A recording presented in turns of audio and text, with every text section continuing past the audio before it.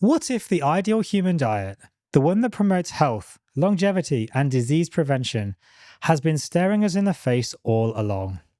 Forget the endless confusion of diet fads. In today's video, I'm going to break down the facts, starting from our evolutionary history, then moving on to modern scientific studies, to show you why a meat-heavy, carnivore-adjacent diet with metabolic flexibility is, I think, the optimal way to eat. Stay with me because the evidence might just change everything you think you know about food. Let's face it, most people are confused about what they should be eating. Every day, we are hit with conflicting advice. One day, you're told to avoid fat. The next day, you're told to cut carbs. Vegan diets claim to be the healthiest. They're not, while the paleo movement points back to our ancestors' diets. So which one is it? What should we really be eating? Well, the truth is actually a lot simpler than you might think, and evolution holds the key to an optimum human diet. By understanding what humans evolved eating over hundreds of thousands of years, actually millions of years, we can decode what our bodies are best adapted to thrive on. And today, I'm going to make the case for a meat-heavy, carnivore-adjacent diet that includes a little bit of metabolic flexibility, meaning the ability to adapt to different foods and energy sources when needed. This is not just theory, this is backed by hard evidence, from isotope studies to modern scientific research. So let's dive in, starting with the facts.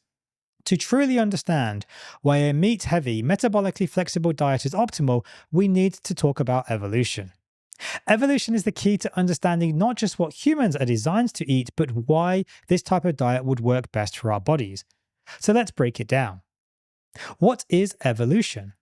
Evolution is the process by which species change over time through natural selection. In simple terms, evolution works by favoring traits that helps organisms to survive and reproduce in their environment.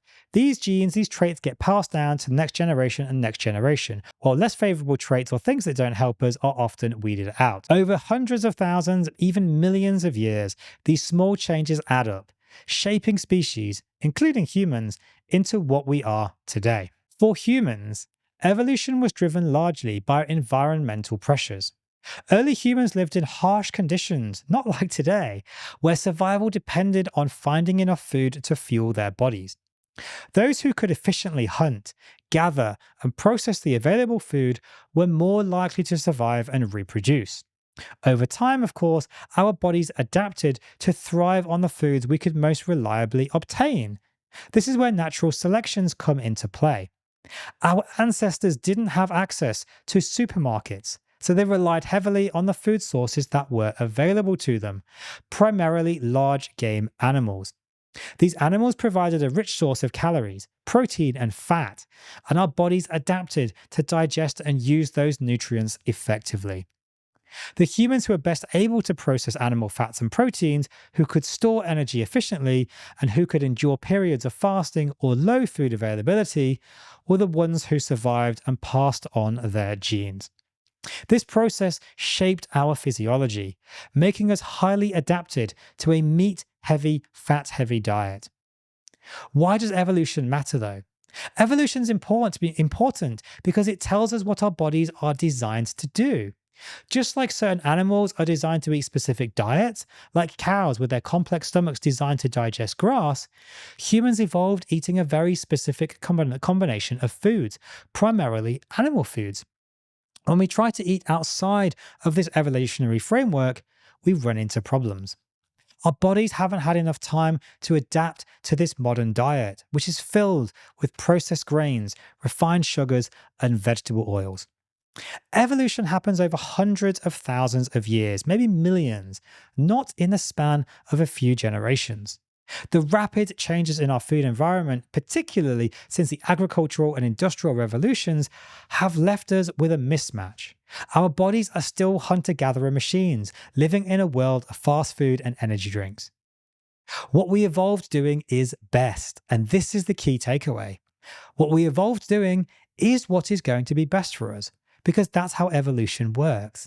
For hundreds of thousands, actually 4.5 million years, we thrived on a meat heavy, nutrient dense diet supplemented by occasional seasonal low sugar plant foods.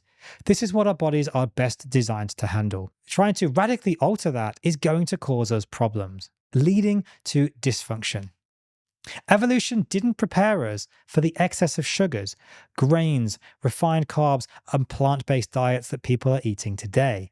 It didn't build us to rely on plant based substitutes, pills for nutrients like B12, which is why we know at a basic level the vegetarian and vegan diet is not the optimum human diet, because if you follow that without pills, you will die. You don't get the B12. Instead, evolution optimized our bodies to thrive on a diet rich in animal proteins and fats with metabolic flexibility to now allow us to handle small amounts of seasonal plant foods. So when we ask what is the optimum human diet, the answer lies in what we evolved eating. To understand what humans are supposed to eat, we have to go back to how we evolved. Human evolution paints a very clear picture for the vast majority of our history. We were hunter-gatherers, relying heavily on animal foods for sustenance. There is irrefutable evidence that supports this. Nitrogen isotope studies, hard evidence from our bones, collagen. One of the most compelling pieces of evidence for a meat-heavy diet comes from these nitrogen isotope studies. These are basically irrefutable. These studies analyze the nitrogen isotopic composition of ancient human bones, giving us a detailed picture of what our ancestors ate. And what they reveal is astounding. Early humans derived over 70% or more of their calories from animal sources, particularly large herbivores like mammoths, bison, and deer. This level of meat consumption places humans firmly in the category of hyper-carnivores, similar to other apex predators like wolves and lions. Think about that for a moment. Our ancestors were not plant-based eaters. They weren't relying on grains, legumes, or large amounts of fruit and vegetables. They were meat eaters, first and foremost. These findings suggest that animal foods were not just a minor part of our diet, they were the foundation of our diet. I want to talk a little bit about human digestive anatomy as well. Our anatomy supports the theory of a predominantly meat-based diet. Humans have relatively simple digestive systems, optimized for digesting animal proteins and fats. We lack multi-chambered stomachs that herbivores like cows or sheep use to break down large amounts of fibrous plant material. Instead, our stomachs are highly acidic, similar to those of carnivorous animals, designed to efficiently break down and absorb nutrients from animal foods. Not only that, but our small intestines are long relative to our colons, another trait seen in meat-eating species.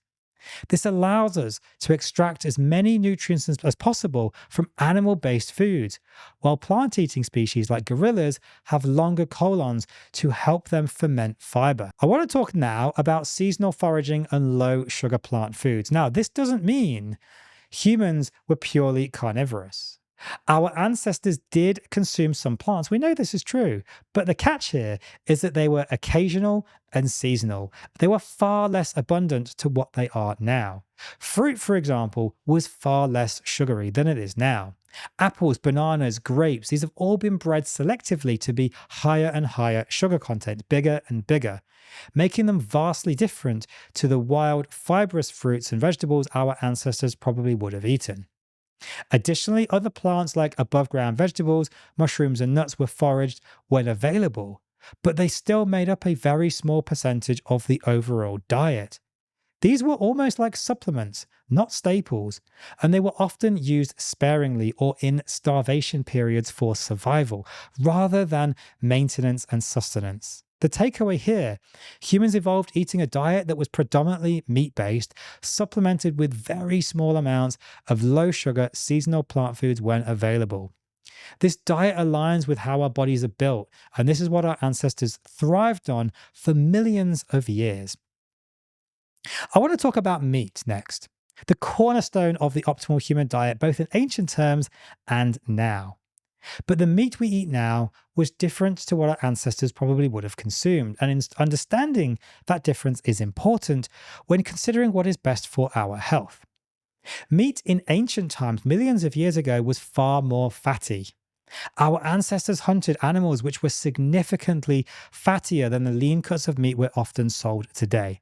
Wild game and even early domesticated animals carried far more fat, probably up to, if not over, 50% of the weight compared to modern meat, which may be 20% at most. Fat wasn't just a bonus, it was a vital nutrient that provided concentrated energy, especially in colder climates or during times when plant foods were scarce. Our ancestors relied on these rich sources of animal fat for survival, and fat was likely praised above all else. In fact, hunting practices often focused on obtaining the fattier parts of animals, such as the organ meats and the marrow, because these provided far more energy and essential nutrients than lean muscle meat alone. It's also interesting to talk about carbohydrates in meat. Freshly killed meat would have contained a small amount of glycogen, a carbohydrate stored in the muscles of animals. Whilst this amount is minimal and very quickly breaks down after death, a fresh kill, they would have had that glycogen in. Our ancestors ate a diet which wasn't entirely devoid of carbohydrates. Now, I'm not talking about Paul Saladino level carbohydrates, I'm talking about maybe 10 to 20 grams a day. This supports the idea that whilst carbohydrate intake was very, very low, it wasn't zero. So even when eating a largely animal-based, very fatty meat diet, ancient humans would still have been consuming tiny amounts of carbohydrates from the animals itself, which reinforces this argument around metabolic flexibility, and the ability to burn both fat and carbs was a natural part of our evolution. In addition to muscle meat, our ancestors would have consumed the entire animal, including the organs where possible. This is an important point because organs like the liver, the heart, the kidneys are some of the most nutrient-dense foods available, packed with essential vitamins like B12 and vitamin A, minerals like iron, zinc, and boron. However, the consumption of organs was very likely proportional to the size of the animal. They weren't taking liver pills, for example. For example, a cow, there's only one liver for the whole cow. The organ meats would have been distributed across the tribe, which would have meant we ate organs in moderation, not excess. This balanced approach to meat eating prioritized the fatty cuts and the organs, but also ensuring a diverse range of nutrients, something that modern diets very often lack.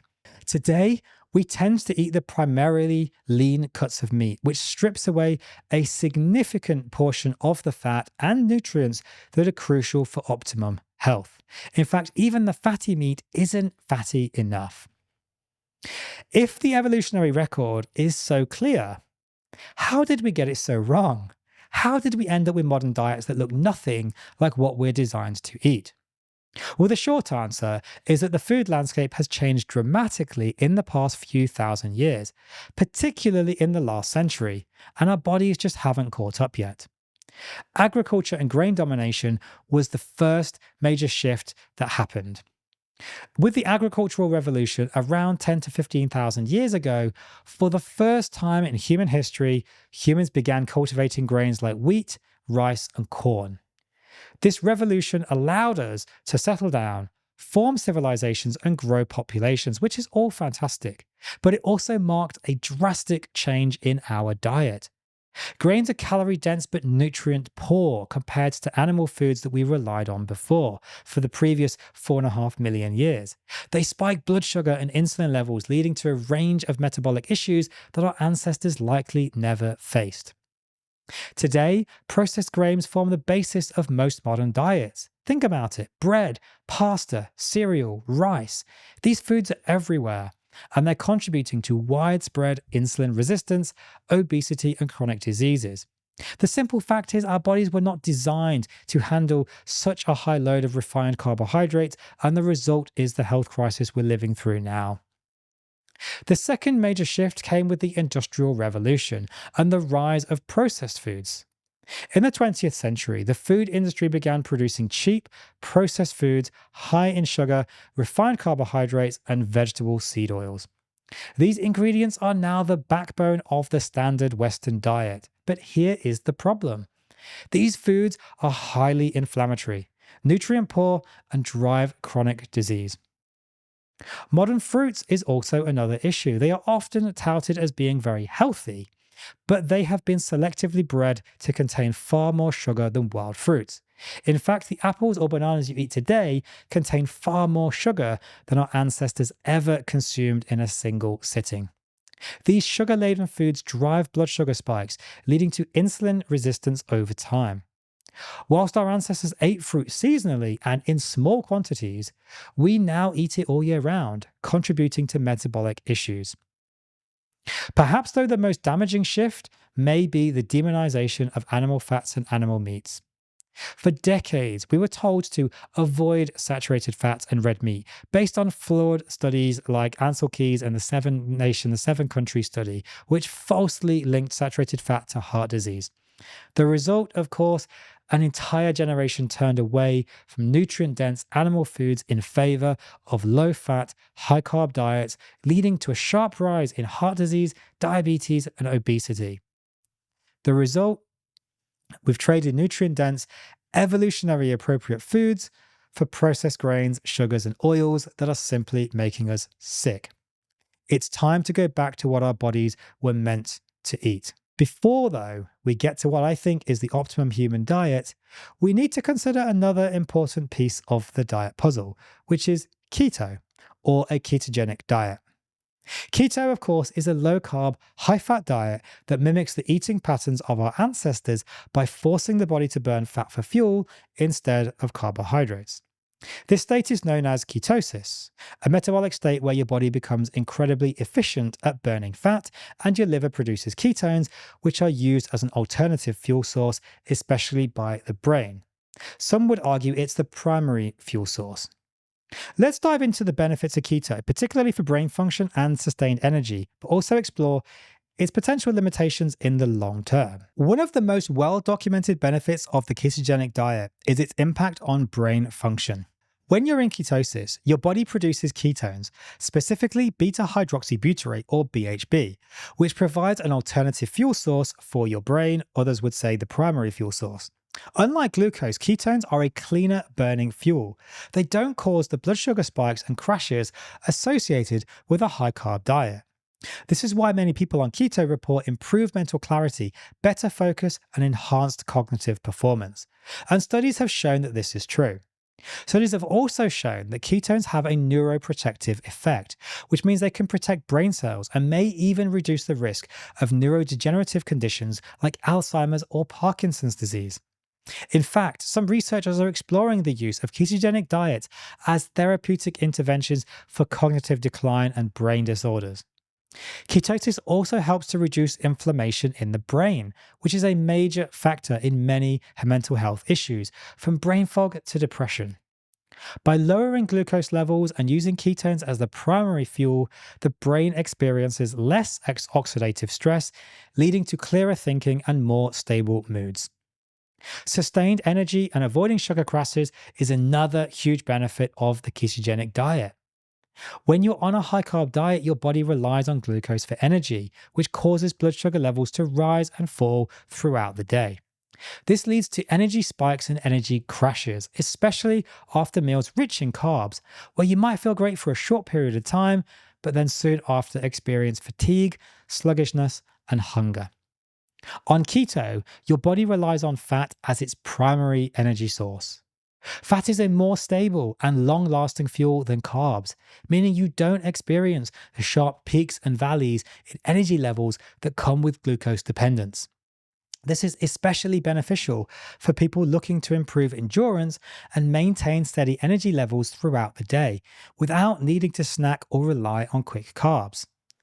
For those with insulin resistance or metabolic disorders, the ketogenic diet is particularly effective at stabilizing blood sugar and insulin levels, which not only prevents diabetes, but also helps keep energy levels consistent throughout the day. But while keto has many benefits, especially in the short term for brain function and energy stability, it's also important to acknowledge that long-term keto may not be the best approach for everyone. I want to dive into some evidence and just give an example that show the potential downsides of long-term ketosis. I want to talk about the Inuits. So this is a case of evolutionary adaptation. One of the most interesting cases in this whole discussion is the Inuit, an indigenous people living in the Arctic, North Canada, I think it is. They have traditionally consumed a diet that basically has no carbohydrates, only animal products. Based on their diet, you would expect them to be in a constant state of ketosis. But this is where things get interesting. The Inuit people don't actually enter deep ketosis in the same way that other people do, even on an extremely basically zero carb diet. The reason for this, they have a genetic mutation in the CPT1A gene, which limits their ability to enter long-term ketosis. This mutation may in fact be protective against long-term deep ketosis for extended periods because they had no other way to break themselves out of ketosis. Essentially, their body found a way to balance that metabolism without fully relying on ketosis or carbohydrates. Interesting. So what does this mean for us? Well, this means that whilst we know that short-term ketosis has a lot of benefits, long-term ketosis may not be optimal. The Inuit who eat no carbohydrates have a genetic way to keep themselves out of long-term deep ketosis. Extremely interesting. This leads us to what are the potential concerns around long-term ketosis? Well, there are some studies and anecdotal reports that suggest that long-term ketosis could lead to certain issues. For instance, staying in ketosis for extended periods may lead to nutrient deficiencies, particularly if the diet, of course, is not well formulated. While meat and animal fats provide essential nutrients, some things like micronutrients, vitamin C, magnesium, boron I've mentioned before, certain phytonutrients, these of course are going to be much harder to get from a strict carnivore diet. Additionally, some people may experience hormonal imbalances on long-term keto, particularly women, as the body needs some amount of carbohydrates to produce hormones, like leptin and thyroid hormones. For this reason, some experts suggest that cyclical keto, periods of ketosis, followed by the introduction of some carbohydrates, may be a more sustainable long-term strategy. This is what I typically recommend. This brings us to the concept of metabolic flexibility, which I believe is key. Metabolic flexibility means that your body can efficiently switch between burning fats and carbs for energy, depending on what is available. In an optimum diet, you could spend periods in ketosis to take advantage of its brain-boosting and fat-burning benefits, but you also would maintain the ability to burn carbohydrates, especially from natural, seasonal sources like fruits, vegetables, or root plants, for example. This aligns again with how our ancestors ate.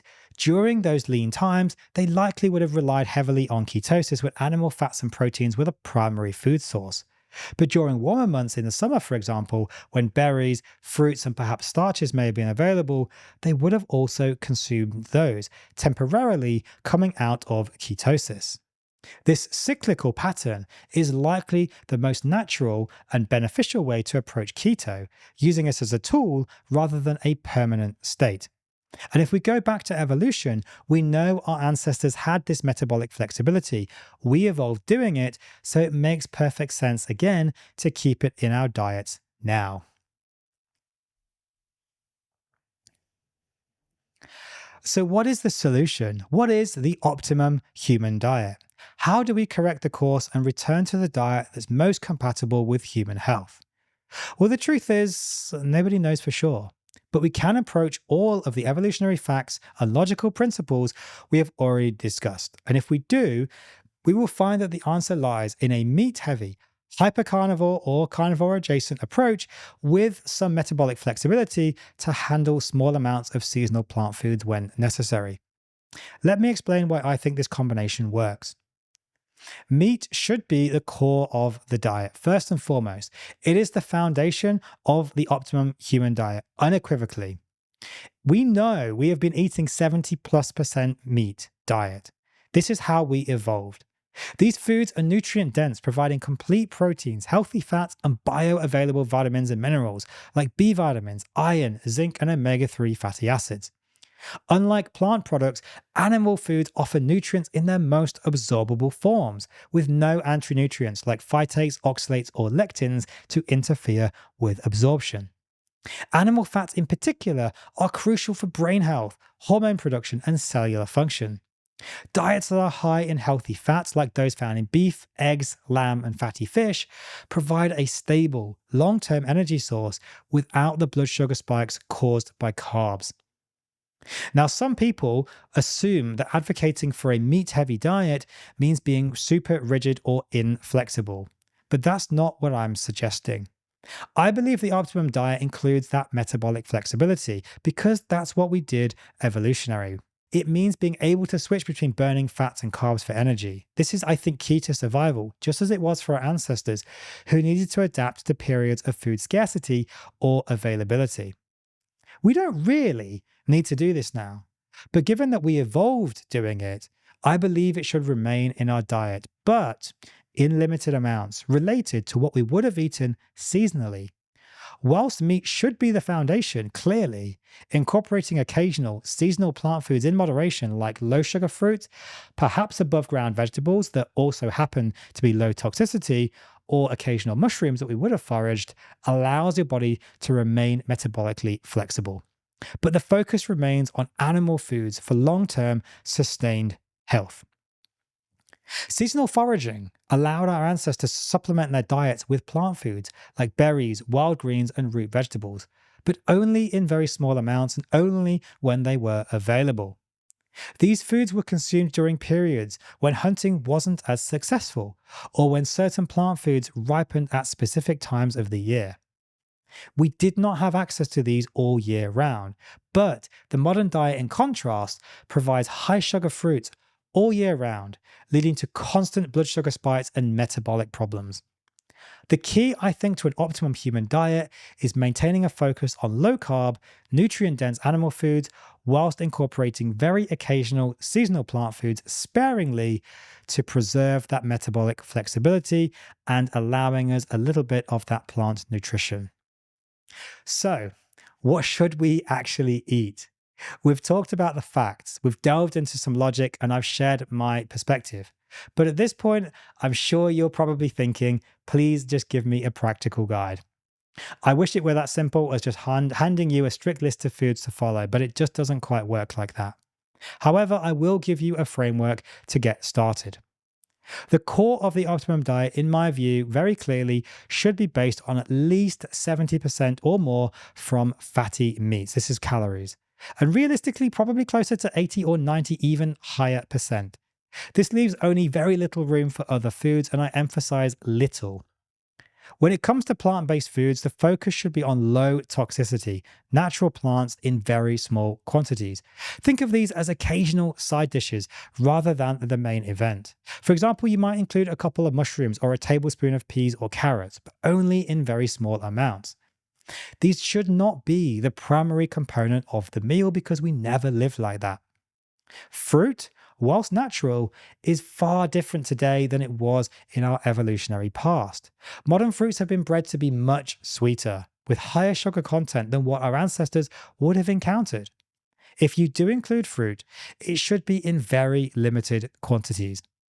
I would suggest considering aiming for about 50 to 100 grams of carbohydrates from fruit or perhaps starchy vegetables, but only very occasionally, maybe once every couple of weeks, to mimic that seasonal availability our ancestors would have experienced. As for the ideal macronutrient ratios, I believe the following would be close to optimal. Around 25 to 30% protein, around 70 to 80% fat, and maybe 10 to 20 grams of carbohydrates per day to keep that metabolic flexibility. Remember, we discussed carbs earlier, fresh meat having access to or having that carbohydrate, that glycogen. It would have been around 1 to 2% carbohydrate, just like modern animals and human beings. So 1 kilogram of meat would equate to around 10 to 20 grams of carbs per day. This approach reflects our evolutionary diet and allows your body to switch between burning fats and carbs based on availability, just as our ancestors did. The framework aligns with what we know about human evolution and what I believe is truly optimal for long-term health and what we see in reality helping patients and people so much.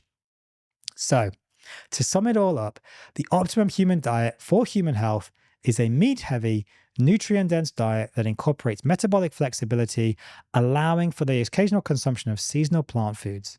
This approach is not only rooted in evolutionary science, but it also aligns with modern research, showing the profound benefits of low-carb, high-fat, and protein-rich diets.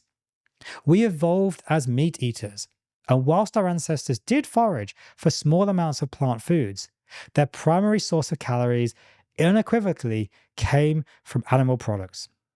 By returning to this carnivore-adjacent diet, we can prevent or even reverse many of the chronic diseases that plague modern society, like type 2 diabetes, obesity, and heart disease. If you're ready to take your health into your own hands and learn more about how to optimize your diet, head over to themeatmedic.com, join the community, dive into the resources, and start your journey to reclaiming your health with real, nutrient-dense food.